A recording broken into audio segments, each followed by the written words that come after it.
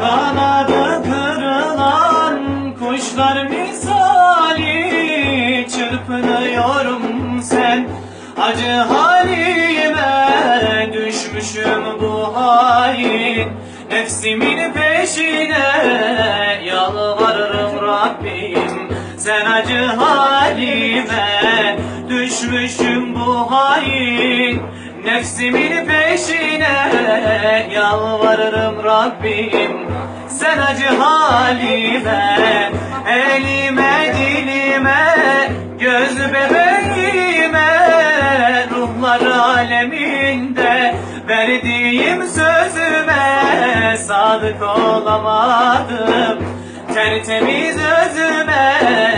Yalvarırım Rabbim sen acı halime, bakıp da ağladım kendi halime.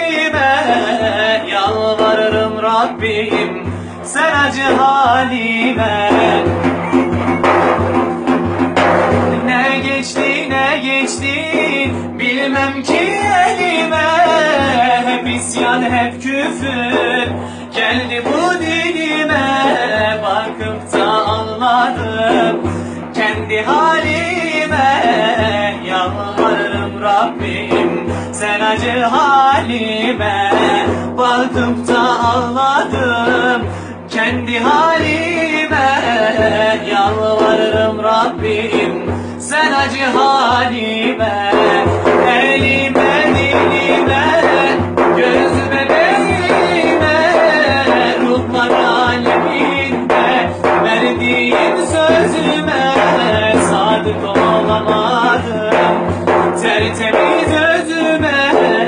Yalvarırım Rabbim sen acı halime, bakıp da ağladım kendi halime. Yalvarırım Rabbim sen acı halime. Bu parçanın ismi